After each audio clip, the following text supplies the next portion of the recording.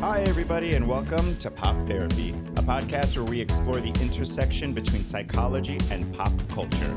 There's so much to unpack, so let's get started. Well, welcome back. Thank you for coming back. I couldn't do this without you. I really appreciate it. So one of the things I wanted to discuss today, hold on, I feel like I sound a little weird, and so I'm just fixing the sound in real time. And I'm going to leave that in because this is real, okay? Anyway, so I recently read an article from The Cut that was titled, I'm paraphrasing here, I don't know if this was like verbatim, the title of it, but it was something like How IFS Ruined My Life. And IFS is a pretty well-known therapeutic intervention. It's one that I've used before, and it's one that my therapists have used on me. And it's basically, and IFS stands for Internal Family Systems, right? And basically, my understanding is that I'm going to try to boil this down as simply as possible, but that we all have different parts of us that think different things at different times, right? So you might, let's say, get a gift from someone, and there's a part of you that thinks, oh my gosh, this was so nice that this person got me this gift. And another part of you that thinks, but I hate the gift, or I don't want this gift. It's a watch, let's say, right? A person gets you a watch. And on one, there's a part of you that thinks, oh, that's so sweet, they got me a watch. And another part of you that thinks, but I don't need a watch. I don't want a watch. I already have plenty of watches. And it takes a look at the inner workings of an individual like a family, right? That there's different parts of you organized in different ways, and they can all think multiple things at the same time when presented with the same, stimuli, with the experience or moment or something like that. So one of the ways in which this has shown up in my own therapy is let's say there is, I'm talking about something really challenging or really difficult, or I'm talking about, let's say, an experience I had where I felt really, really anxious or really, really angry. And we sort of take a look at all the different parts of me that maybe are operating at that time. So there might be the part of me that's known as the protector, right? And that's the part of me that's really working hard to protect Omar from getting hurt. And then there might be another part of me that's the more vulnerable part of me, or the inner child. Maybe it's child Omar, 8-year-old Omar, that, is also operating and trying to, seek healing or closure or what have you. And you can, in my own therapy, you can name those parts different things, like the protector or the CEO or what have you. Formal trainings, they have more specific names that I'm not really familiar with because I haven't gone through the training. So anyway, that's a little bit of a crash course, probably a terrible crash course. But in any case, the article goes into the ways in which this particular therapy and the way that it was used on a patient basically led to, I should not be laughing, sorry, but basically led to all these horrible outcomes. One of them being that this woman that got the therapy basically ended up cutting out the rest of her family from her life. And that there was, some accusations of false memories being implanted in the patient, right? The patient, after a year or so of this therapy, or after some time of this therapy, came out with all these memories and all these accusations. And it's a lot of he said, she said stuff. It's, it's the family saying, but that never happened. And it's this patient saying, that did happen. And, the memories are really, really traumatic and horrible stuff. And so the article goes into discussing this particular family while also interviewing other family members and other ex-patients who spoke pretty disparagingly about this particular therapeutic intervention and the clinic, this particular clinic that was using this intervention. So I read the article and, my initial reaction was like, I was really anxious and nervous because I was like, oh, there are some aspects of IFS that I use on patients, you know what I mean? And I've found it really helpful and patients have found it really helpful. But of course, my mind goes into, oh my gosh, am I causing harm? Should I not be using this intervention? Maybe I should have done more research on it. And it's one of those things where it just like brings out the part of me that is always worried about whether or not I'm a good therapist. Is like what I've noticed. Like that's the part that comes out in me. And yeah, the article basically says more research needs to be done, right, on this particular intervention, which I totally agree with. I mean, I think more research for everything. I don't think more research is exclusive to IFS. I think we should be doing more research on any therapeutic intervention just to like know more. Why not? I'm all for knowing more. So I can't get enough of knowing more. So I'm like really, really pleased about that. But it didn't really have any other kind of solution or explanation other than, therapists should be careful when implementing interventions, which I totally agree with. And, therapists should, try to do as much of their own research as possible. Totally agree with. And that, therapists should be careful to implement any kind of one-size-fits-all approach to their patients, which, again, totally agree with. There was also some shady stuff from that was discussed in the article. Some shady stuff about the inventor of this intervention, like the guy that came up with it, the institute he created, the training institute, the clinic. And there was some sort of like ethically not great stuff that was reported in this article. So, it's all alleged, I suppose. Like, I wasn't there, so I don't know. But it's what the article reported. Yeah, I mean, I guess the reason why I'm talking about this is because, one, it's helpful for me to get these thoughts out, especially when they're like anxious thoughts or when I'm like, oh no, am I a crappy therapist?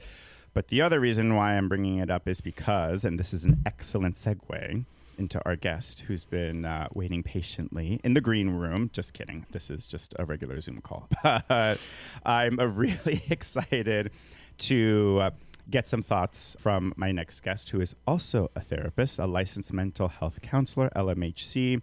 She is a colleague. We used to work together. She is a trauma therapist. That is her bread and butter. So I'm so excited to talk about all things healing and trauma and therapy with our next guest. Please welcome into your hearts, Christy O'Shoney. Hi. Thank you, Omar. Hi. I'm so excited to be here. I'm so happy that you're here, especially because of this article that I read. Did you hear about this article by any chance? Okay, you are nodding so deeply. Famous. Yeah, I am famous for reading the headline of an article and being like, I should get to that, and then I don't get to that. This is one of those. One of those. So, I'm glad I'm here to offer literally nothing from my experience of reading that article. But I do have some experience with parts work. Yeah, like parts you haven't work. done. That's okay. That's the other. I was trying to remember that. Yes, parts work. Yeah. And I'm interested. Can I say again, completely uneducated response because I have not engaged with this article. Okay. But my sense, I think there's like a danger in conflating a modality and a therapist, right? Like there's a difference between a modality is bad yes. and the application of that modality by this particular therapist was not healthy. That was my initial takeaway from that. Was like the way these therapists implemented the intervention sounded bonkers, quite frankly. Oh, do you have an example? I can't. So, for example, I'm so one of the accounts that the article touches on was how folks in there would be group sessions as well, and that allegedly folks in the group sessions would sort of exist within the group through the lens of one of the parts. And so, for example, allegedly one person was like, there's a part of me that is a tree, and I'm a willow tree, and my name is Willow. And then they were a tree. And you were like, I love that. I love Buffy. Sure. Okay, well, of course that's you're how Willow. you know my guest knows me, because you better believe one of the thoughts I had was like, oh, Buffy. Oh, Willow's best friend. Amazing. Yeah, you should absolutely be Willow. But or that folks would like take on the persona of a dog or an animal, and it just seemed a little bit like, oh, you're describing a circus to me. None of this sounds contained. None of this sounds explored. Like, it all sounds really just like the Wild West, just like lawless to me, whatever this clinic was doing. And like, without utility, like, what would be the point Excellent. of being someone's dog? I mean, Right. maybe I would need to talk to this therapist, but yeah, I'm with you. Offhand, that feels pretty wild. And that was, just to echo your thought, like, separating the therapist from the modality, I think is definitely worth noting for sure. And, and again, like, the takeaway at the end of the article, and I would actually love to hear your thoughts. Like, if you get to it, we can talk obviously offline about it, but I would love to hear your thoughts on it. So there was another article that the Cut referenced, done by other researcher therapists, like I think social work researchers, who talked about like some of the gaps in this intervention, some of the things to be mindful of, some of the things like to keep an eye out for. It did seem a little bit more like, I think y'all are pissed off at the clinician, rightfully so. This dude sounded, again, just off the wall. But I don't know. It just left me feeling all sorts of, like, thinking all sorts of things and wondering about all sorts of things, which I can appreciate an article that just makes me ask myself more questions, because I feel like that's a way of keeping myself accountable. But I didn't necessarily walk away thinking, oh, this is a terrible intervention. This is dangerous. This is harmful. And that's kind of what that was like a little bit the angle of the article itself. At least that's how it seemed to me. Yeah. It makes me think of a couple things. One, to me, the focus is less IFS is bad and more this therapist is maybe not worth their salt. But also just the reminder that therapists do, especially private practitioners, we operate with a lot of freedom. Yeah. We operate with a lot of privacy, and people don't know what happens in the therapy room, and except for the two people in there, unless you're like, recording sessions for supervision or something like that, which does rarely happen with like lots of consent. And so it kind of is a perfect breeding ground for somebody to take like a little piece of information that they have or some training that they have and like really misuse it without much repercussion to them. And so it is a valid concern. Yeah. And I mean, I got to read this article, but if they were pretending to be their dog in a tree, that feels not super representative of IFS as I understand it. Agreed. Right. Yeah. That wasn't how I understood it, that the parts of you could literally be anything. Like, it could be a coat, it could be a tree. That is not how I understood it at all. So that's why I was like, oh my gosh, have I accidentally been implementing this like harmful intervention? I don't know. Again, like, that's of course but my thank mind you for goes, naming that too. I can't remember the article specifically, but there was one. I think it was on self-disclosure in therapy, which like I use judiciously. Like, I talk about my life in meaningful ways more than anything. Like, I talk about my reactions to my clients. Right. and it was a very critical take on self-disclosure. And I had a bunch of like, well, good for you that you're like, you take it in and you internalize. For me, I got like really defensive. I was like, no, you don't get it. But also underneath that was a deep sense of like, oh, am I doing something harmful? Am I doing something bad? I read it on a plane. And I was really, not to be dramatic, but I was kind of freaked out. I kind of had a really, really anxious moment. There were other things going on for me professionally that were like at the core of why I was particularly sensitive to this. Every once in a while, there will be something that'll happen at work where I'm just like, oh, am I a terrible therapist? You know what I mean? Like you'll get feedback from a client or whatever. And my immediate thought was, oh, I'm awful. I'm terrible at this. So this article came at like the perfect time. I was already in that headspace. Right. Then I read this article and I'm like, amazing. This confirms it. I suck at this. But I've calmed down. I want to relieve you of that part that wants to speak negatively about my dear friend Omar. Thank you.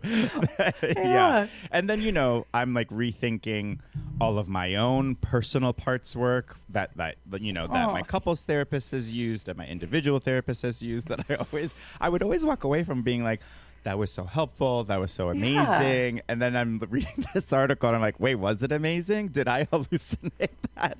Am I, my mind goes in a million different directions, unfortunately.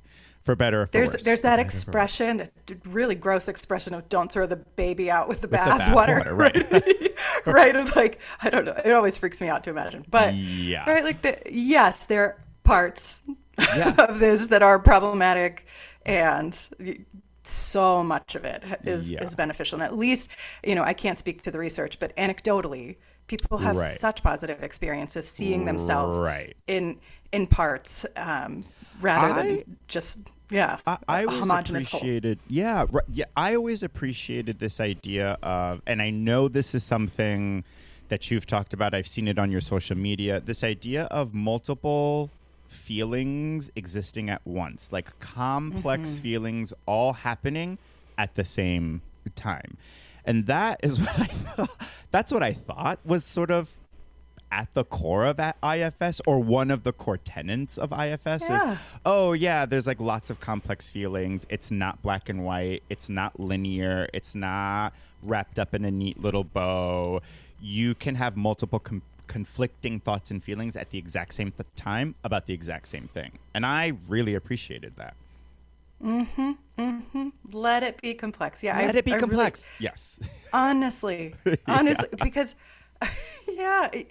and I think we take for granted how new of an idea that is. Like there was a time where that's like, okay, you have multiple personality disorder then, right? Which is the name for that. Now it's dissociative identity, right? But the concept of parts is kind of new, and it's really relieving to those of us who experience ambivalence, which is everybody, like multiple feelings about the same thing. It's really normal, and it has not historically been normalized. So, yeah. I think that this is an excellent segue into talking a little bit about your wheelhouse. Tell me a little bit about, for those that don't know, talk a little bit about your expertise, what you've been working on, the clients you see. Talk a little bit about like your area of expertise. So I am a trauma therapist, and I just really like that you call it my bread and butter because it makes it sound so much more like light and fun than trauma therapist implies. But I do think it's like a ton of fun. So the types of clients I see, I tend to. Have you read Adult Children of Emotionally Immature Parents? Yes. Okay. Well, I listened to it. I mean, whatever. That's reading. Okay. Oh, I've got a big opinion on that. You read it. You read it. I always feel like I'm lying a little bit when I read it. I'm like, well, I listened to it, but like, I don't know. Anyway, So that book title comes to mind for the type of folks I see. And in that book, there's this idea of like internalizers versus externalizers. Right. Internalizers being the ones who like are more prone to like shame and anxiety. Externalizers kind of like everybody else is the problem. I tend to see more of the internalizers. I really kind of in my head think of them as like class president types, and they would never say that they're class president types because they're internalizers, and they're like, I'm not good enough to be an internalizer. Right. Meanwhile, I'm like, you're amazing. Yeah. And so that's sort of what I'm working with, and of course, it's unsurprising that kind of tends to be like my leaning as well. Yeah. Class president, internalizer, taking things really personally and hard. Yeah. So you see a little bit of that, or maybe a lot of bit of that in yourself and in how you like relate to the world as like class president, internalizer sort of deal. Definitely. Yeah. Definitely. I was the choir president, though. Work. Not the class president. Didn't have the guts to go out for that, but I was the choir president. How, when people ask, I'm imagining that folks when they talk to you about trauma, there's also a conversation about like, well, what is it? For our listeners, talk a little bit about what trauma is, and I'll just let you, take it away. What trauma, like, what is that? Beautiful. Yeah, I like that we're talking about trauma first, as it's like the big umbrella and not complex trauma, because that's sort of like the more micro category. Lots of definitions of trauma. The one I kind of lean on is that trauma is anything that disrupts your natural processing. And so that thing that disrupts the processing, it has to cause harm. And it either requires intervention and or strategies to manage the harm. Yeah. And so the example I like to use, I like to start first with like physical trauma. So like say you break a bone, then the natural process of a bone is you have it and it's intact and it's like you put weight on it. Right. And if you break it, typically you need somebody trained to kind of mend it, to kind of reset the bone. I've never broken a bone, actually. No, I've broken a finger. You've broken a finger? I've never broken a single bone, knock on wood. I do not want to go through that. No, I broke a finger. Okay. And it was. And did it get reset? No. And is it still wonky? Yes. Perfect. So, yeah. But so ideally, you get it treated. If you don't get that intervention, you're going to have like misalignment. You're going to have things like chronic pain, nerve damage. Right. You might have limited mobility, and you might have to like compensate with your with other parts of your body to adjust for the pain. You might avoid certain situations to avoid the pain. And so emotional psychological trauma is a lot like the broken bone that doesn't get reset. And so I appreciate that. Yeah, go ahead. Yeah. No, sorry to cut you off. I was just going to say I appreciate that analogy because I hear lots of conversations about trauma, most of which sound good, right? You know, most of which I can borrow from or take from. And at the same time, it feels like it's getting bigger and bigger and encompassing more and more things. And that's where I also wonder, okay, how much are we letting is everything trauma? Then if everything is trauma, then nothing is trauma. And how do we differentiate? And I'm of two minds about this. I have a similar reaction to you, where it does seem like meaningless at a certain point. Yeah. There's another part of me that's like, maybe we all just should get a little bit more comfier with the idea of trauma as just a part of life that, like anything, we want to put on a spectrum, right? And I think it's important to note, I think people don't always realize this, that something can be traumatic without causing trauma. And so trauma is usually, in the modality that I practice in ADP, which is a terrible name, accelerated experiential dynamic psychotherapy. That's a mouthful. Whoa. It's like, why? But so in that modality, we talk about trauma as like normal human emotion to an abnormal circumstance or an upsetting circumstance.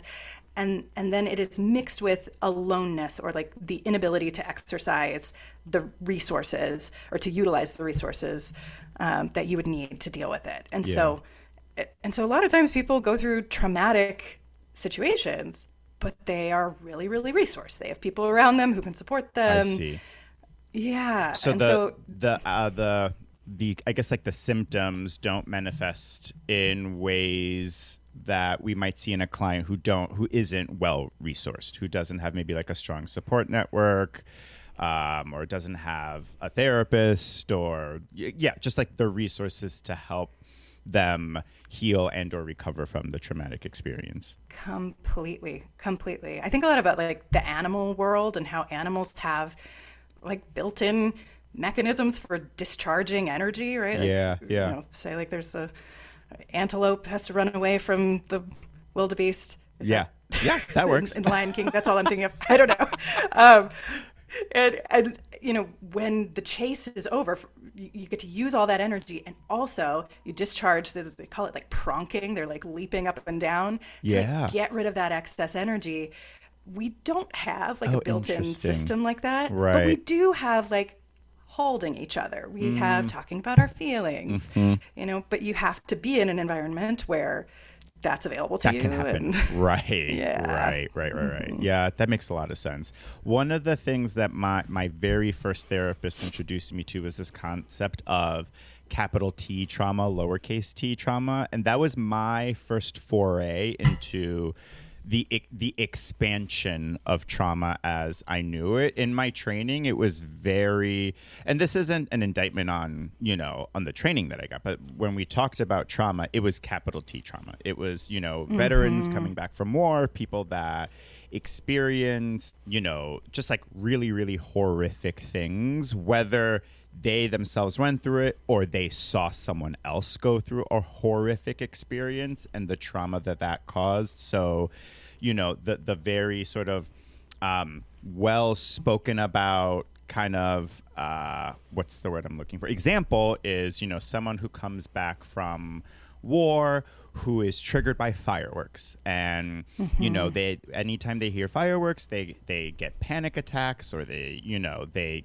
can't withstand the discomfort and they have to remove themselves, or suddenly they're flooded with memories of bullets whizzing over their heads. And that was sort of like, in our training, that was trauma. Right. Yep, exactly. And then this idea of lowercase t trauma, I was like, oh, interesting. Like I didn't know about that, you know, at the time.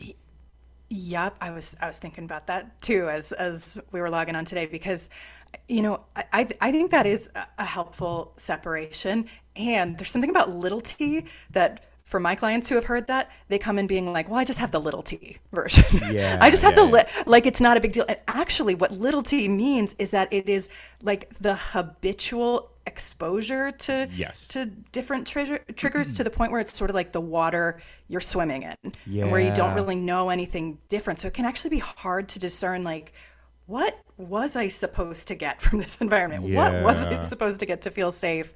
And it can be that much harder to undo, of course, because it was just like so pervasive. It becomes normalized, right? I often have heard clients say something like, oh, but that's like just the way it was. That's how it was. That's like, and then once you have more conversations with them or expose them to different ways of being or different ways of processing something, that's when they sort of reach a point where they say, wait a minute, so this isn't normal? Or like, wait a minute, I thought everybody went through this, or I thought everybody did it this way. And that's when they sort of realize, like, oh, the little t can be insidious in that way. Yes. Because it becomes the new normal. Yeah. Do you ever have the moment with a client where they literally think they're telling you like a funny little anecdote? Yeah. And you're like, oh, babe. Yeah. Like, it's right. It's not funny. It's not. Sometimes I'll have to be like,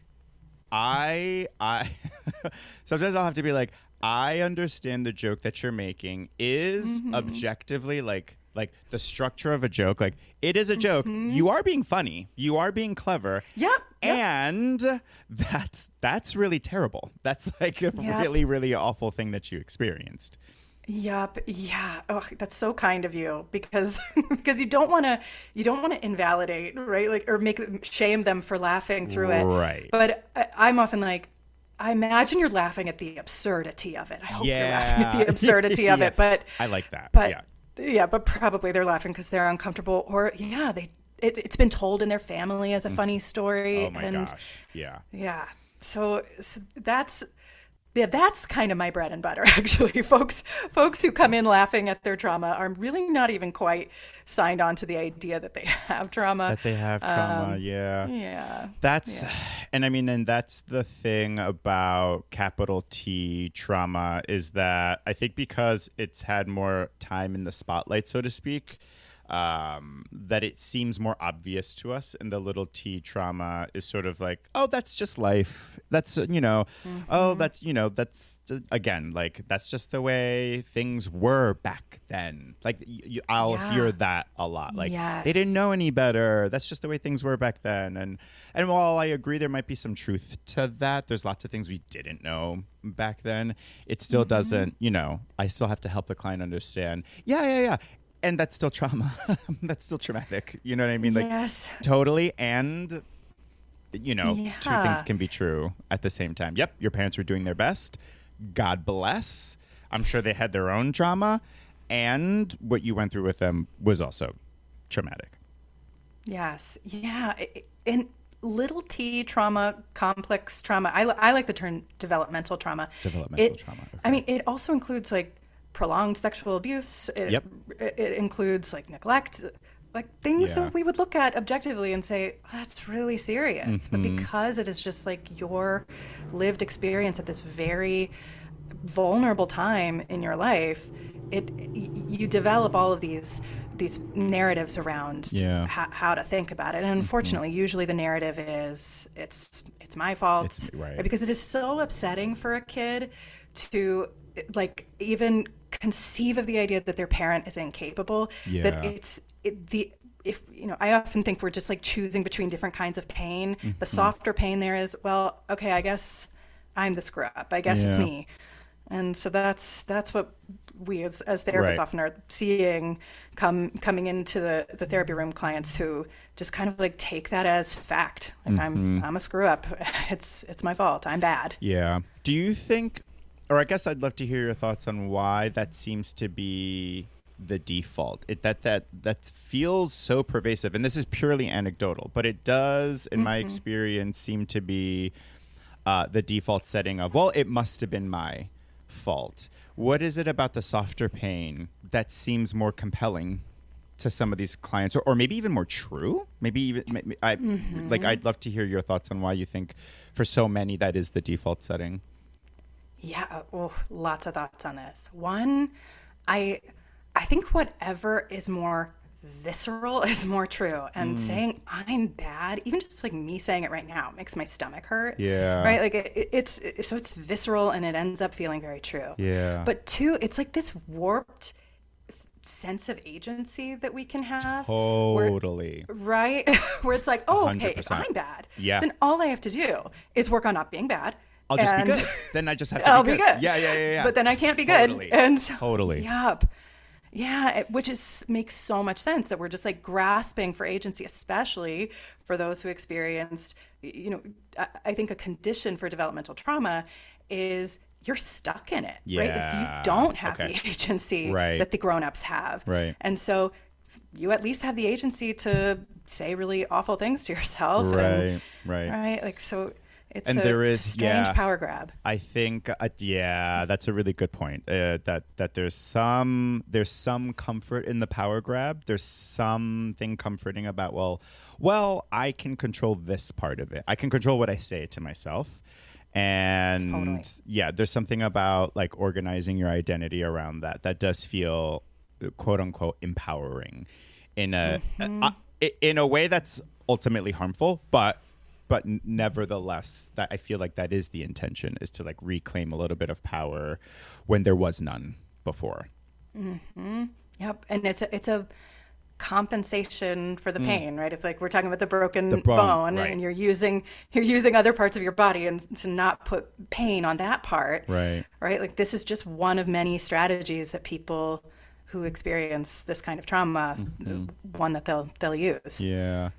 There's so many, thankfully, there's a lot of, ideas and thoughts and research and interventions to help different folks with their trauma. One of the ways that really speaks to me, that I really, really find quite compelling, and that you also practice in, is inner child work. Talk to our listeners a little bit about what that is, please, because I feel like it's said a lot lately. I feel like it's kind of blown up, and I want to make sure that we have a discussion about like what it actually is. Yeah, I mean, first off, I just have a vision in my mind of everybody stopping the podcast right now, hearing that phrase, inner child work, which is like rolling totally my eyes, projection, right? There's a cringe element to it. There is, and I so relate to that. Totally. Many years ago, and even still today, like the something being cheesy in the realm of mental health, it was like really hard for me to latch onto. Unfortunately, like some of the best, most effective stuff does just have a cheesy ring to it, and inner child work is one of those things. And I will say, I think I've always done some version of inner child work. I'm like incorporate attachment a lot in what I do. But, attachment theory, correct? Right. Attachment theory, yeah. But it wasn't until I became a parent that I was like, like it really unlocked something for me about just how quickly this stuff gets internalized. Oh my God. Right now I have a toddler, and she's super verbal. She's talking all of the time, even at night when she should be sleeping. But so like I get to like hear her internal dialogue, and in her play, like I see ways that like my parenting comes through. And it's just this like little look into what we kind of forget, like a period of our lives that literally we have amnesia for, right? But that really does get implicitly internalized as memory. So I think a lot about how parenting becomes self-talk. So yeah, I can speak more like specifically on what inner child work is, but I'm please. Yeah, you have the mic. Literally, you have a mic. So yeah, I sure do. So hell yeah. In the modality that I practice, I mentioned it earlier, AADP. We kind of do what's essentially like an exposure therapy sort of thing. They would never call it that, but it is a bit, to be able to like look back on a scene from when you were really vulnerable, likely a child, and sort of I always talk about it like what is it, like A Christmas Carol, where Ebenezer Scrooge like gets taken back in time, and he can like look and observe his childhood self. I always, for some reason, need to reference Ebenezer Scrooge, and almost no one It's a great cares. reference. Yeah, it works. No, it totally works. So I'm like, me, you, Ebenezer Scrooge, are watching this scene play out, and one of my favorite questions to ask first off is, what is your feeling towards the kid in this scene? And you would think it's so obvious. It's like, oh, I feel sad for them. I feel compassion. A lot of people with complex PTSD have the experience of kind of like revulsion. They can feel some disgust, right? Which I think is some of the cringe that we feel that you just touched on, right? Like I get the cringe, and I experience it. And when I zoom out a little bit, I don't even have to zoom out that much. When I zoom out a little bit, I tend to notice, the cringe it's a little bit of me kind of like being a little revolted by my, just like, ugh, like, I can't believe I did that. Like a little like grossed out by myself, or just like being super judgmental of myself. So I Okay, I think you're really helping me understand my reactions to it too. Because and just like children are vulnerable. We would ideally like to be invulnerable, right? And so like it's we don't necessarily always want to identify with that part of ourselves. Yeah. And so in ADP we call it a portrayal, where you're sort of going through the process of actually using the feelings that you have. Now, if it's disgust, you don't want to use those feelings, but you can bring in, a dear friend. You can bring in a parent figure, like somebody who you see as an ideal parent. If our relationship is really good, you can bring in me. Yeah. Right. And we can imagine, like, what does this kid need? What does this kid need to hear? What's going on inside of this kid that nobody knows? Oh, wow. And so how can we address that? Yeah. Yeah. And 9 times out of 10, I'll say people end up just like rescuing their childhood selves and like bringing them to their apartment, right? Which is such a sweet idea. Just like, here is the life you have now, you get to have now, where you do have so much autonomy and you do have people who love you. And that itself can be really healing. But that's kind of like the more grand idea of inner child work. But there are ways you can do it kind of like on a micro scale, just like thinking about, what would a good parent say here? Like if I'm sitting here like calling myself a piece of shit, right? It's like, okay, well, a good parent would not say that, right? So let's try that again. So let's start there. Yeah. Right. But interestingly, I am sure you've had this experience too, if you work in this way, but like sometimes clients just they really don't know. They don't know what a good parent would say because they didn't have one. Yeah. In those instances, how do you usually respond to the client in those instances who say in earnest, I really don't know what a good parent would say, or I'm actually unclear about what this kid themselves, right? Like what they need in that moment. How do you help them navigate the uncertainty of that? Yeah. So this is where, and so some people don't think this has a place in therapy, but this is where self-disclosure I do think is really useful. I cannot help but like, I have access to this developing identity, right? Course. Like I am a parent and so often I'm like, I totally get that. Do you want to hear what I might do and just like see how it feels? That's great. Right? Like as a parent, how I might talk to my kid. The example I really like to use is like when you don't want to do something and you're just like beating yourself up or like you're delaying doing something, right? There's a lot of times this is where people can feel a lot of shame. And that feels like so similar to the example I have with my kid, like somewhat regularly, where she's like, I don't want to go to school, right? Which is so common. Like every kid, totally. I'm like, goes amen, through that. sister. You and me both. Right? You but and like, me both. What a lovely response that is, and that is not what so many of our parents did. Because they didn't know, they didn't think it was good parenting to just be like, wow, that makes sense. Yeah, that makes sense that you don't want to go to school. Or how about this one? Tell me more. Right. Like, tell me more about why you don't want to go to school. Yeah. We forget to kind of like get curious about ourselves. Like, oh, maybe there's something underneath that. Maybe there's a really good reason. Right. You know? And sometimes it is just that act alone that can have this soothing effect that can then allow you to do the thing. Right. That is, I mean, I was going to say paradoxically what ends up happening, but maybe that's an inappropriate or an inaccurate use of that word. But I find that folks fear that getting curious about it will end up causing the thing not to happen. And what I try to explain to them is like, actually the opposite thing happens.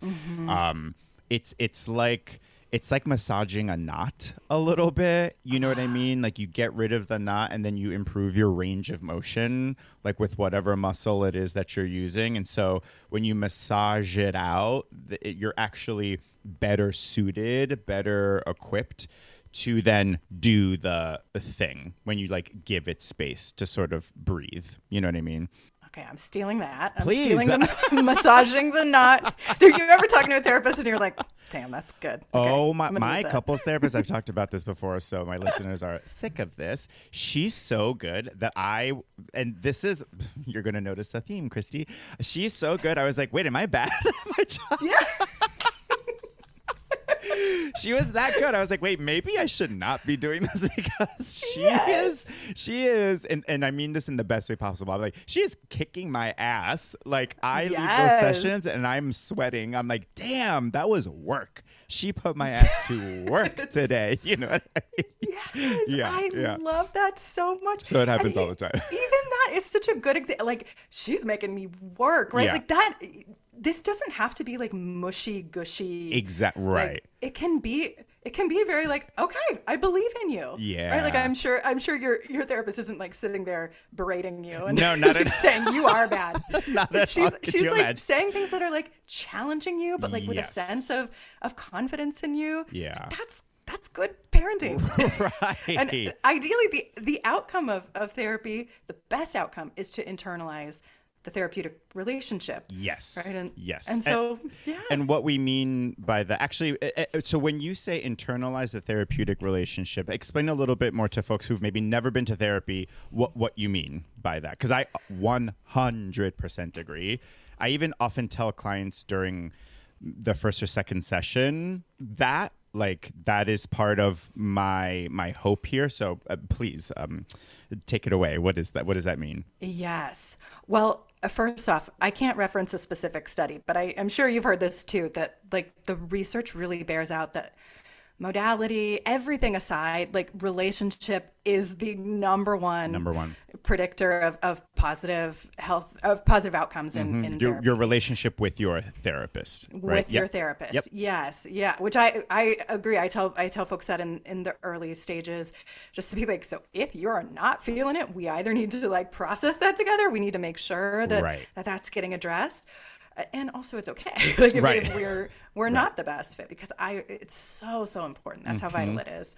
But in terms of internalizing the relationship, I kind of mean it literally. I've had clients who so sweet are like, I've got a little Christy walking around with me, which that's so lovely. I'll take any day. Like it's so.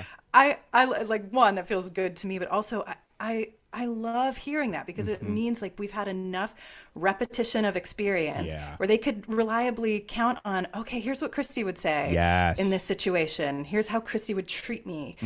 And ideally that's what therapy should do. That's why I tend to think it's so much more, regardless of the modality you're practicing, it's always experiential because you're having all of these like subcortical kind of experiences that are so much more important than any piece of like insight a therapist can share. Yeah. It really, I mean, I often tell clients that our relationship could, if they wanted it to, could serve as a model for future relationships, could serve as a template, right, for future relationships. And I make it clear that there are some very obvious differences between our relationship, a therapeutic one, like I'm getting paid. You're not paying your best friend. Fair enough. However, there are elements of this relationship that at the core are still important in any relationship, like trust, consistency, reliability, right? Like one of the important things about the therapeutic relationship is that like every Wednesday at 3, I'm here every Wednesday at 3, right? Reliable. And if I can't be here, I will tell you. And we will reschedule or we will resume the following Wednesday at 3. There's a level of consistency that they can rely on that is important in any relationship to varying degrees, right, depending on the relationship itself. But that's that's one of the things I try to sort of make clear and almost like offer them. Like this could be a template for you. Like we can take certain things about this relationship that you appreciate or that are meaningful to you and then apply them to other relationships to help strengthen them or to help you assess for like, is this relationship a good fit for my life sort of thing? Completely. And with that consistency piece is so, I mean, like those are the conditions for secure attachment. Like 100%. I know right. what I'm going to get from this person. Yep. I know who I can run to. And that's what's being built in therapy. That's why I just so believe in it. Yeah. Because it is a relationship ultimately. And what I try to remind clients is like, this is a relationship that you cultivated and you're pretty happy, right? Like, and these are usually clients that I've been working with for a while. So I can make some well-informed guesses about how they feel about the relationship while also getting them to tell me, like, how do they feel about the relationship. But, helping them feel confident in their ability to build a really lovely, intimate, respectful, consistent relationship. I like to remind them, well, you did that already. Here it is. Yes. Right? Yes. To help them like feel that level of confidence in themselves. Like, I can do that. I'm not just some like screwed up, fucked up, unlovable person. Like, I can build a really strong relationship. Yeah. That's why I'm such a proponent of just like being a human as a therapist, because you're saying you could take this as a template for other relationships. But what if you're like completely blank slate? You offer nothing about your reactions to your clients, right? Like, I think it's important that a client knows that what they're sharing with me is landing in like a very tender way, or like I'm really emotionally moved by it. It's one of, it's an attachment need to feel felt. And so it's really something that I hope I'm using judiciously. That it makes a difference to feel like you're in the room with a human being. Agreed. Especially, I just want to say I want to repeat what you said. Letting a client know that something they said, something they shared with you really landed with you. I think that's like so beautifully said. Yeah. You want to be able to feel like the person gets it. That when you're sharing something, and it doesn't even have to be something super heavy. It could be really great news. And could you imagine going to your therapist and be like, I don't know, I got that promotion I've been working so hard for, and they're just like dead in the face. Oh my God. Could you imagine? Yes. I would be like, well, this isn't going to work. Did you kind of get that training? I did, of like, yes. You really want blank to be slate. Mindful of what blank girl. slate. You want to be mindful of what congratulations might sound like to your clients. Like, are you kidding me? Like, they got this job that they've been dying to get forever. Like, but for a while in my early days of therapy, I was like, okay, that was considered I'll best be your practices. therapy robot. Right. Just like, good job. Great. But like excited. And how does that make you feel? Yeah. How does that make you feel? Yeah, very that. So I've found that a lot of folks, when they think of inner child work, they think it is simply being mushy and giving in to whatever whim or indulgence or, that this, inner child has. How do you respond to someone? What do you want folks to know that might be worried about that? What would you like for them to understand about inner child work and what it actually looks like? Yeah. Oh, this is something that I have perspective on, again, in the realm of parenting, because you know how there are therapeutic modalities. There are also parenting modalities. Yes. Oh, which my God. I learned. There are parenting coaches I follow on Instagram that I'm like, I'm using that on my clients. All the time. All the time. It's all the same stuff. All the time. Yes. It totally is. So there's a lot of backlash to this. Have you heard of gentle parenting? Yes. Yeah. Okay. Yeah. It's kind of like what we were talking about with IFS. I think it's one of those things where the modality gets conflated with how people use it. Yep. And people do think of gentle parenting as like, let me even think of an example, like, oh, okay, you're screaming at me. Your feelings are valid. Yeah. I see. Right? Oh, you want to punch me in the face? I totally get it. I totally get it. Please Absolutely, do. you can punch me in the face. Right? Just no. like letting your kids walk all over you. Right. Which is itself problematic for the child. It's not just problematic for the relationship. It is that would be harmful because kids don't want that much power. They want to be reined in. And so gentle parenting isn't that, but that's how people think of it. Setting that name aside, I kind of use an approach from an expert named Janet Lansbury. It's called respectful parenting. Okay. Yeah, which all parenting is. But it's essentially about, yes, validating your kids' emotions. Yes, like making space when you can, but also validating, like prioritizing your own boundaries. Yeah. Because if you're not, you're telegraphing to the kid some discomfort in any given moment, right? And holding your kids to standards. And so going back to inner child work, like that's part of it. Yeah. Right? If we do the example of, I don't want to go to school, it's, hey, tell me more. You don't want to go to school. Oh, you don't want to go to school because you're going to miss your mommy and daddy. That makes so much sense. Of course. Let's think about this. Mm-hmm. You're going to see your mommy and daddy after school. What can you do while you're at school? Right? So it's problem solving with yourself from that place of regulation. And so I'm saying this from like parent to child, but you can do this work with yourself too, of like, okay, I have to do this thing. I do have to get this thing done. Or I do want to push myself in this way because it could yield this great outcome. But I am scared. It makes sense to be scared. Right. And okay, what could I do to make this just like a little bit easier, a little bit more manageable? Right. So never just like, okay, don't go to school. Okay, just don't do the thing. It's okay, don't pay like, your taxes.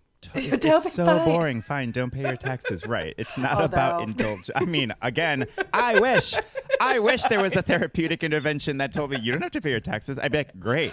That's that. I'm going to do that. Perfect. My therapist ruined my life. I'd be writing that article for The Cut. I am in prison. And now I'm in prison. Yeah. It is not about it's not about being under any delusion about like the world we live in where there are expectations and rules and laws and all of those things. And it is not about giving into any and every indulgence, but rather what I'm hearing you say, Christy, is that it's about understanding where those indulgences or needs or feelings come from. And then having a conversation about that, getting to the crux, to the like nuts and bolts of what's really going on here. And then, like you said, negotiating or sort of like navigating that conversation from a place of like being grounded, being regulated and curious and understanding, while also recognizing, you know, I have to pay my taxes. Like that's I do have to do that. And so I need to figure this out from a place of like, yep, I totally understand. Yes. Yeah. People often think, and I definitely thought this too, that it is the practice of reparenting is this like very indulgent. I've got to like slow down and light candles, and it can just be kind of instantaneous, especially as you're practicing it more and more. It can be this little moment of like, something's happening. I don't feel like doing this. What's that about? Oh, you know what? It's because like it's an anxiety provoking thing. Of course. Yeah. Okay.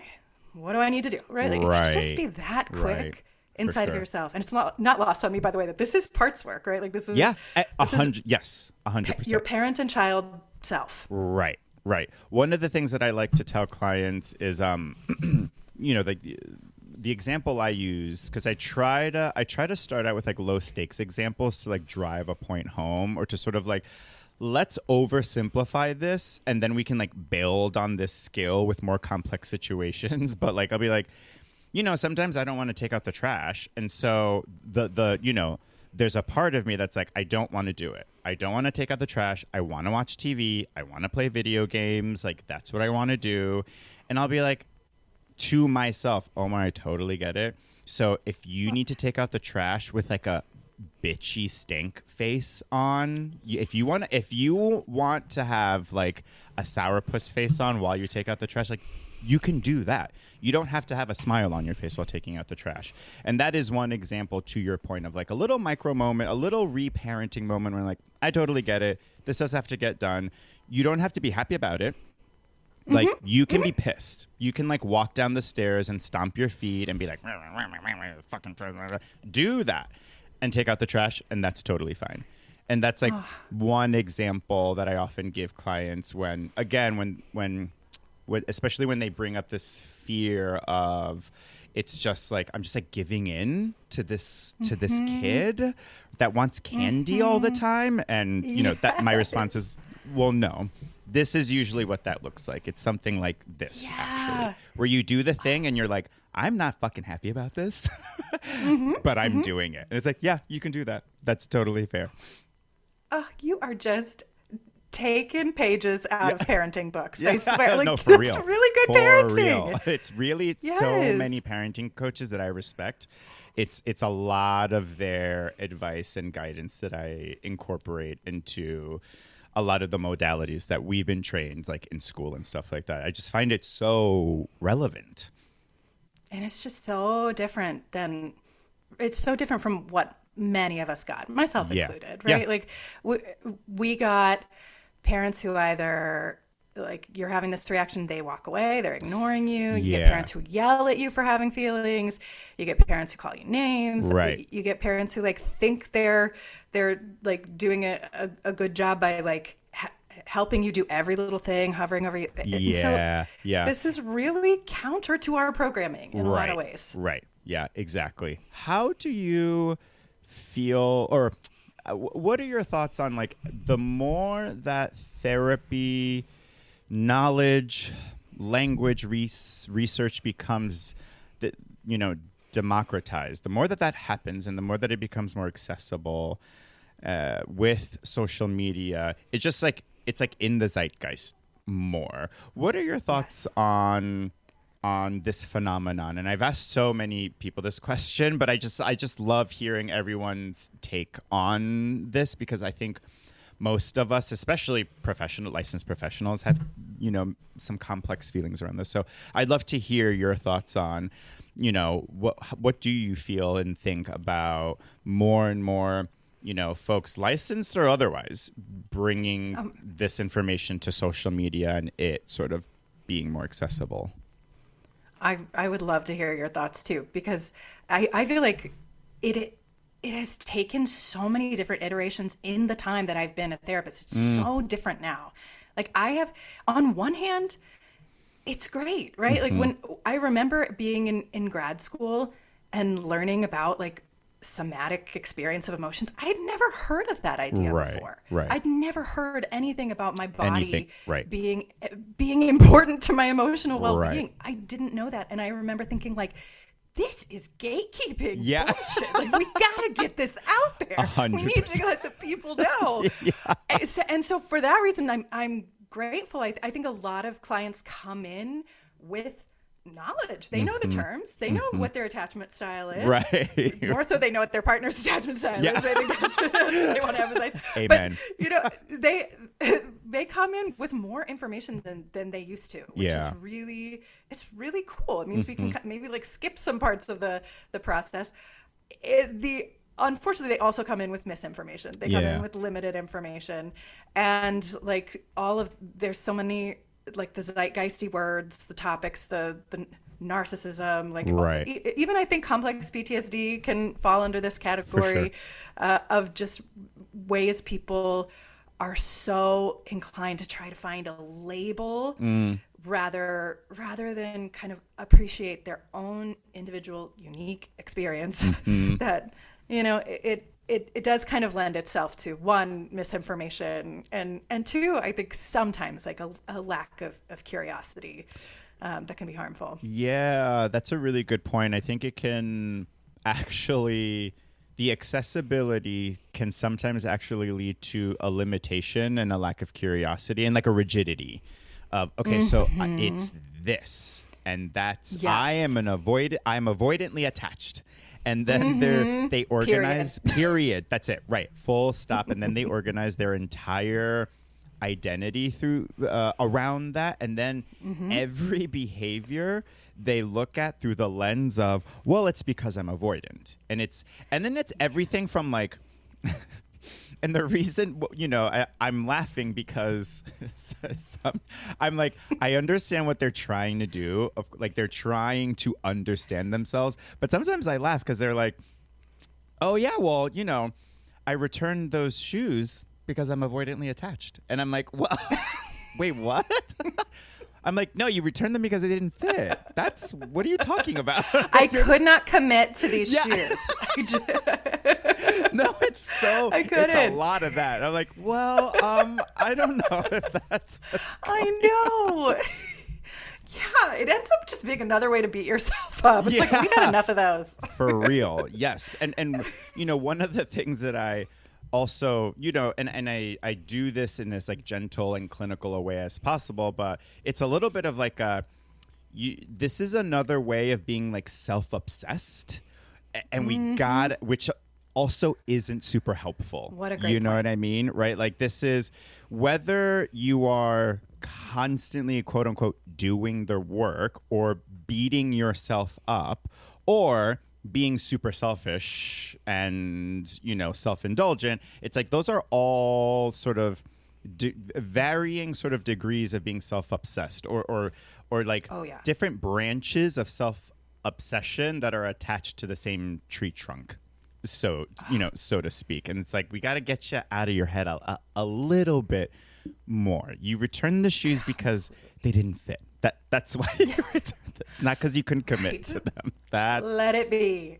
Let it right. Let it be. Right. I think that's such a good point, Omar. It's such a good point. That I do think people come into therapy sometimes being like, this feels indulgent. I don't want to be navel gazy. And I'm like, fair. Like, I really do get, like, we do run the risk of that. And especially the way, like, therapy speak is kind of permeating the I don't know, Instagram sphere. Yeah. I do think watching video after video after video about your avoidant attachment just places so much energy on you. Right. And not on your partner or your community or right. Like, which your is also part of your mental emotional well-being being an effective human. Right.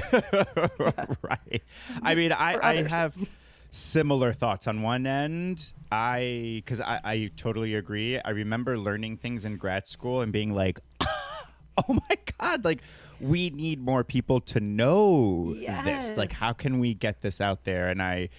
And there was not a single discussion. I'd love to know if you had the same experience. There was not a single discussion in grad school about social media other than you really should consider being private. If you have a social media account, you should probably be private. They never said like you should be private, but they were basically saying like be private.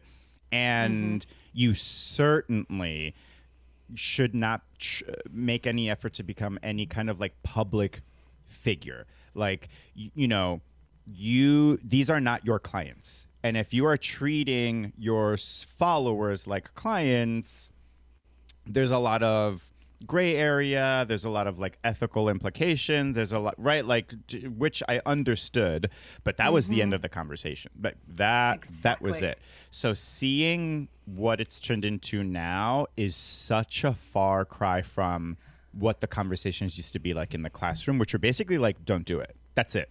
You better not. Flat out. Yes, exactly. Yeah. Like right now you are committing a sin by having this podcast, right? And talking about like, sometimes I feel like I'm a bad therapist. I mean, for back then when we were getting, I hope that that's not still what's being taught in grad school. I have no idea. I should ask around. Okay. Yeah, but I want to too now. Yeah, I would love to know. I mean, it's unavoidable, social media at this point. It's so ingrained. Yes. I mean, to your point, clients are coming in with knowledge, not necessarily from a previous therapist, but from their favorite Instagram person, from their favorite Yes. TikTok person. You know what I mean? Yes. So, And am I sometimes referencing TikToks? Yes. yeah, Like, 100%. sometimes. Yeah. Sometimes. I need to know what the kids are listening to. So I need to understand, where is everyone getting this information from? Yeah, so on one end, the accessibility I love. As you know, therapy can be so expensive, prohibitively expensive, and that's a whole other conversation. And at the same time, we have to figure out how to not flatten everything, where now everyone is avoidantly attached, everyone is insecurely attached, everyone is this or that or what, and we have to sort of figure out, right? Like, I think the call to action is, okay, this is sort of, accessibility is great, and this is the part of accessibility, this is part of the tension that we need to figure out. We have to have more conversations around, well, hold on, slow down, no, let's take in a little bit more nuance, or how can you find out a little bit more, or how can we use Instagram or social media in general as, like, I don't know, a precursor to actual therapy or actual research, you know what I mean? And how to use it that way to lead you, down a path of self-discovery versus a path of, like, again, rigidity. I am this. Perfectly said. I like this idea of, like, flattening. Yeah. And I've even noticed some therapists, and I get the intention, but I've noticed some therapists, I feel like, get a little too upset at, like, oh, they're using the word narcissism and that can cause harm. And I'm like, I totally hear you. I get it. And I don't know if it's exactly causing harm in this situation. Like, I understand, again, like, why we can't just throw around these words willy-nilly. Think about it. Yeah. But, if but also grew up with a narcissistic parent and came across a reel where somebody used that word, maybe even imperfectly, but, like, it still meant something to them. Right. Like, it's still, I think that's the thing. Good. Is like talking a little bit more amongst each other, therapists, talking a little bit more about what it means to the client, why these words mean so much to them, versus us wagging our fingers at them, being like, they shouldn't use that word, which feels, again, I'm of mixed feelings, because I've done that. I've been like, well, that's not how we use that word, and you need to be careful, and that is reckless and irresponsible. And like, maybe I need to calm down a little bit and just sort of talk to them about, this clearly means a lot to you. Why? Why does it mean so much? Yeah. How about get curious? Curious? I mean, it's good parenting. Yes. Is it not? Yes. Tell me more. You know what I mean? Tell me more. We could talk about, I feel like we could talk, there should be like one class for a semester's worth of, like, coursework on therapy and social media, like, could easily be done, just like navigating the complexities of that and how to incorporate social media into your own practice, because again, that was never discussed, like how you could use social media to grow your practice if you wanted to go into private practice, or to help with your nonprofit if you were running, an agency. Again, it was like, stay away. It better be private, and that's that. So it's obviously changing. Yes. One question. I'm sorry. Were you about to say something? No, that I'm going to audit your class when you inevitably run that. Thank you. I'm going to take it. So, Christy, one question that I ask all my guests is, what is one piece of advice or wisdom that you got from the mental health world that you take with you everywhere you go, that is sort of like at the core of who you are? So this could be something that you got from your own therapist. This could be something you got from a book, a podcast, a show, a friend, whatever. Just something that is sort of like at the core of how you navigate the world. Yeah, so I knew you were going to ask this question. And at first I panicked. I was like, why don't I have anything? And especially, like, from my therapy specifically, I wanted to, like, give you a little nugget from, like, a really, like, zinger my therapist gave me. Yeah. But, the therapists that I've worked with, and I practice in this way too, that is more experiential, is more about, like, the kind of ineffable goodness of therapy that we can't, words fail to describe. So, but I love psychoeducation. So like I've got stuff that I really go to a lot. And related to this subject, I think the thing I reach for the most is the concept of self-compassion, and specifically Kristen Neff, who is a researcher and kind of like thought of as the expert on this concept. Kristen Naft? Yes, okay. Kristen Neff. She and Chris Germer have like a program for how to integrate or incorporate more self-compassion into your life. But, you know, one, she's just like a really good communicator on this topic. And she describes self-compassion as being an essential skill for suffering, right? Like, again, people might think of it as like, I'm going to be, you know, like mushy gushy with myself. People like think of it, confuse it with self-care and assume like, okay, I'm going to go get a bubble bath, right? Like self-compassion is, you're going to suffer, and here is the voice, the response that you want to use in that moment. And so she's got this 3-tenet model, wherein the first is mindfulness of your suffering. So you have to be able to say like, wow, I'm having a hard time. Oh, and another big piece of this is like, she wants you to it's like the best therapist trick in the book. Like, how would you say this to a really dear friend instead of to yourself, right? Well, to yourself, you'll say, hey, you piece of shit, get up. To your friend, you'll say probably something different. Yeah. Hopefully. Right. Hopefully. Hopefully. Unless you're really, really comfy with that friend or like in a toxic relationship. But yeah, so that first step of being mindful, so kind of like looking inward, noticing like the body sensations, noticing kind of the dialogue, even if you are being really self-critical, just being like, wow, I'm having a really hard time. Full stop. Right. Like, and sometimes with clients, I'll just see what that feels like to apply that message to yourself. I'm having a hard time. And then the next step is common humanity. So this idea that suffering is the human experience. You're not weird for going through this.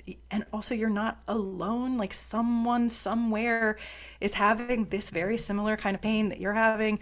And that's not to diminish your pain. It's just to like connect you to the human tapestry of human pain. Condition. Right. Yeah. And so kind of like taking a moment to connect with your common humanity. And then the last step is self-kindness, which I love for this conversation, because a lot of times people are like, okay, I'll be kind to myself. I'll stay in bed. Right? Or, okay, I'll be kind to myself. I'll get myself, a treat. Right. And kindness, I mean, if you are friends with somebody who is really kind, they don't just tell you lovely things about yourself. They also help you see yourself with clarity. They hold you to important tasks that you want to complete. They hold you to your goals. Like that is kind too. Right. They're not just buying you chocolate or treats and gifts. Right. Right.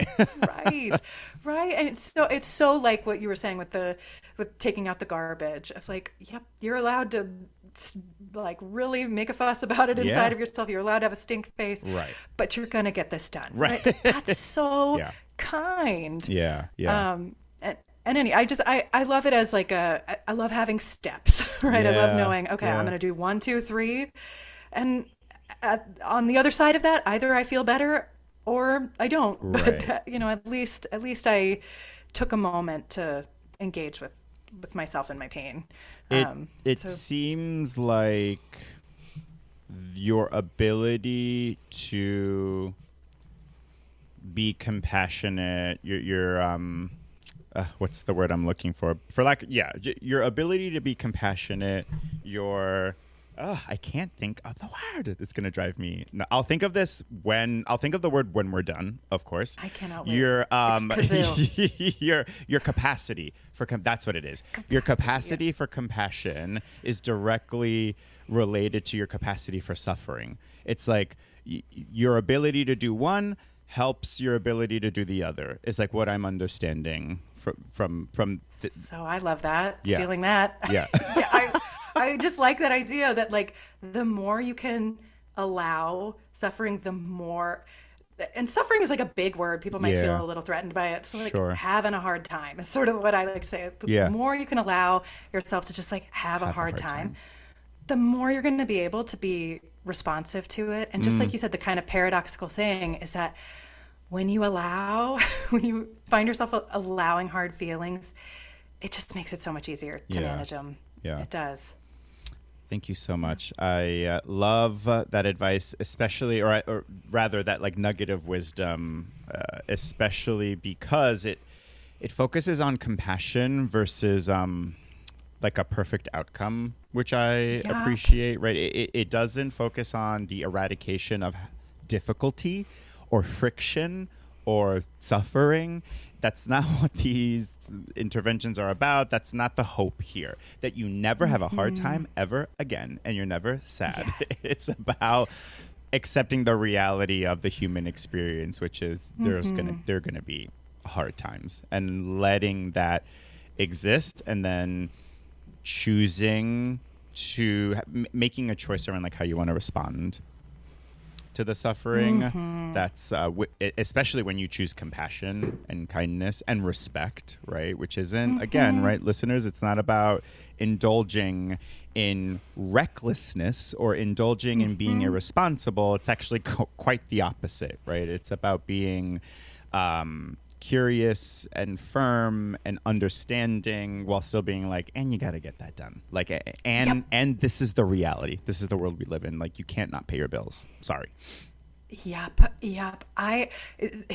Kristen Neff talks a lot about like gestures of self-compassion, like putting your hand on your chest, around your face.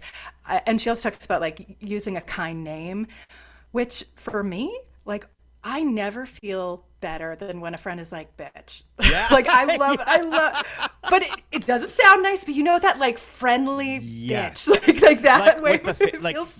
Yes. When they, it's like a particular tone when they're calling you in. They're calling you in that moment. Yes, bitch. You're like, I know. It's, I agree. I couldn't agree more. And I really appreciate, in your ability to take something and sort of apply it to what works for you, which is I'm constantly encouraging people to do that. So I think that was a perfect example, right? There's an encouragement to call yourself like a kind name, and it's like, okay, like sure, and sometimes just from a really good friend, bitch. Like sometimes that's actually what you need. You know what I mean? And but for somebody else, that would not be the right. Yeah, not from like the random stranger in the bodega. Yes, but from like a trusted companion. It works. What can I say? Yes, yeah, exactly. There is like a loving tone. It's possible to say that with a loving, caring tone, for sure. One of the things I wanted to kind of like rewinding a little bit. So we talked about, IFS, and we talked about inner child work, and in the beginning of the podcast, we talked about like these accusations and allegations about like this modality doesn't work, and here's why it doesn't work, and sort of like it kind of reminds me of. This isn't a perfect one-to-one, folks. Do not scream at me for this. But a little bit of like separating the art from the artist. There's an element of that I recognize in like separating the therapist from the modality. Now, when it comes to therapeutic interventions, that's a lot more cut and dry. You know what I mean? Separating the art from the artist isn't always possible because, like, if you buy their art, then you're sort of funding their terrible behavior. So it's a little bit different. I recognize that. And I haven't heard the allegations about Richard Schwartz. I don't know. But I mean, people take these trainings. I mean, it is. Yeah. So the article talks about him specifically. So I really cannot wait to hear like your thoughts on it after you read it. But yes, they talk about him specifically, and he has like a number two, like a right-hand man kind of person that's also in the mix that they talk about. But in any case, when it comes to inner child work, can you imagine a client that maybe that wouldn't necessarily work for or land well with? One of the things that I find helpful not only as a clinician, but it's just like as a human being, is when I'm presented with an option, being told, so here's how and why this might help you.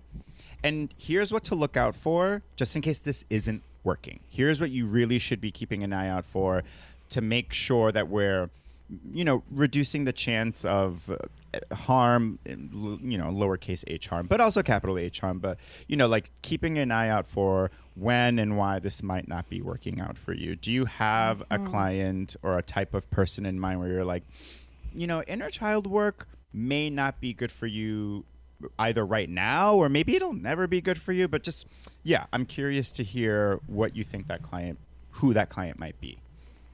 That's a great way of asking it, because it actually triggered a memory for me of a client. So I also do EMDR, which Ooh, okay. Do you do EMDR too? I don't know. I'm not trained. Okay. Yeah. So I'm trained in EMDR, and early in my training, for those who don't know what that is, it's a very focused trauma intervention that it involves bilateral stimulation, sometimes tapping yourself, eye movements, and I remember working with someone who did have a lot of childhood trauma, and it was kind of startling how when they kind of got into the bilateral stimulation, they became so dysregulated. There's affect, there's emotion, there's like expressing how you feel about something, and then there's dysregulation, just like completely entering like sympathetic activation territory. And I think for those who do this work, one on like in a not safe way, like maybe that IFS practitioner, right? Or who do this work without the necessary skills to regulate kind of unexpected emotions that can come up in the process.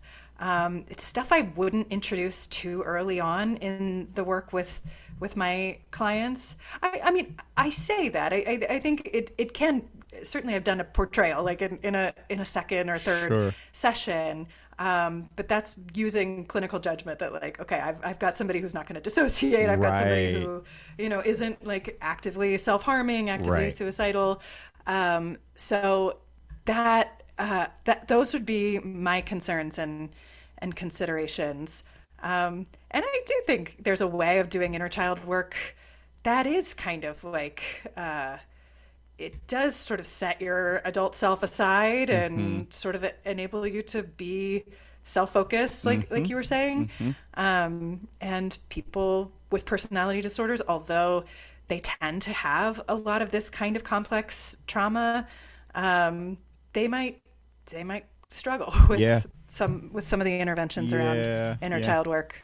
Yeah, I appreciate that. Thank you so much, because oftentimes when clinicians talk about an intervention, especially one that they have either come up with or dedicated their entire professional career around, they will present interventions as this sort of like magic bullet, this works for everybody. And good point. Listen, I would love for someone to invent a modality that worked on everybody. Do you know how easy our jobs would be if there was just this one proven technique and method that no matter what the diagnosis, no matter what the trauma, no matter what the background, it worked, quote unquote? Like, I would, sign me up, please. But I'm just always so skeptical of that because I generally don't believe in a one-size-fits-all approach. You know what I mean? And so I appreciate a clinician that can say, so here are some things to look out for. Here are some clients where you might want to like slow down this process, or here's how you might want to alter this intervention a little bit for this particular client.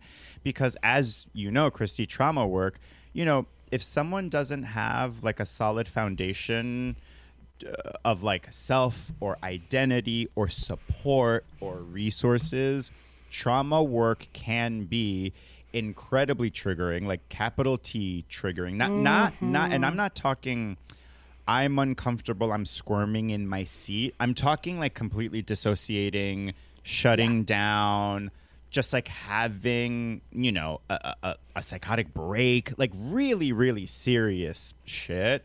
And being able to say like, if those clients don't, if there's a client that doesn't have those foundations, we run the risk of these things happening. So, we need to sort of like slow down or take it back to the basics, or we need to make sure that that they have a psychiatrist that they trust. We have to make sure that, they have stable housing first, or we have to there's all these other things that are so important to a person's health. So again, I just really appreciate your ability to talk about. So this is the client where this may not be the best. It may not be the best intervention for them, because I don't hear that often. So I really appreciate your ability to speak on it. Yeah, it also, all of those things are true. And being trauma informed is about making sure the client is always in the driver's seat. So another type of client I wouldn't use this with is somebody who's like, I don't like this, right? Like somebody who's like, I don't respond to the idea of myself having an inner child. Of course. Like that, if I'm to be like, yeah, but you do, and you need to meet them, right? Like that is so invalidating. That is so re-traumatizing. Of course. Thank you for bringing that up. It's one of those moments where I'm like, oh yeah, duh. The client who's like, I hate this. Right. Don't use it on that. Oh, duh. Yes.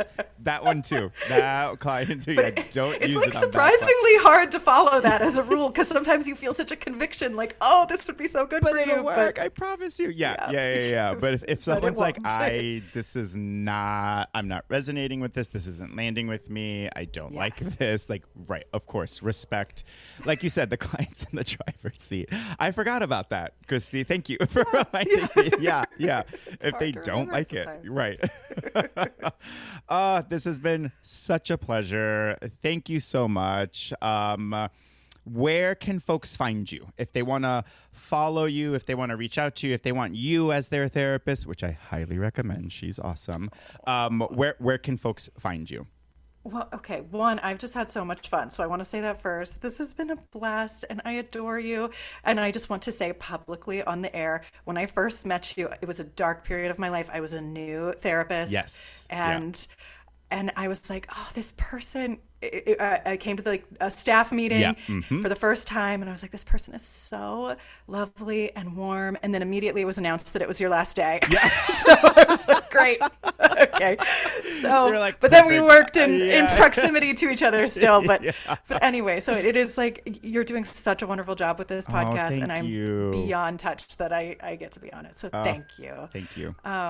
And in terms of where you can find me, I will start Instagramming more. Okay. I will. You heard it here, first, folks. Yeah. We're your accountability partners. Yeah, I've got a lot of hangups about it, but it's important, and I like this stuff. And anyway, I'm at Christy O'Shoney Therapy, I do believe. Great. And O'Shoney is spelled O-S honey. Great. So that's where you can find me. You can also find me on my website, ChristyO'Shoney.com. And on the subject of inner child work, I'm going to be leading a group in the new year for folks who want to do some of this work in that kind of context. Oh my God. A group? Yeah. A group? How big? Yes. How big is the group? Do you know yet? Ish? The group is going to be, I'm still recruiting for it. So the group is going to be up to probably 8 people. It's going to be virtual. Yeah, so I'm really that's excited fantastic. About it. Okay, great. Yeah, y'all. So if you're interested in exploring this, this doesn't mean that you have to commit to inner child work for the rest of your life, but it sounds like this could be a great sort of like introduction into inner child work. And maybe it's not, for folks that are maybe afraid of like, oh, it'll be just like me in there. There's a group. Other folks will be doing it with you. I love that idea. That's fantastic. Yeah. Great. Yeah, and if you go to the sign up page for that, I think it's ChristyO'Shoney.com/inner-child. You'll find I preface it with so much like, I know this sounds cheesy. I promise you, if you think it's cheesy, I do too. But right, so that's kind of the vibe. Like everybody who's signing up, perfect, kind of gets like this is goofy and it's important. Oh, and I mean, I don't know. I kind of like that. I goofy can be kind of fun. So I'm down for goofy. That sounds lovely. All right, folks. So Christy and I, we're both therapists, but this podcast is no substitute for good old-fashioned therapy. So take what's useful, leave the rest, and don't forget, therapy makes you hotter. Bye.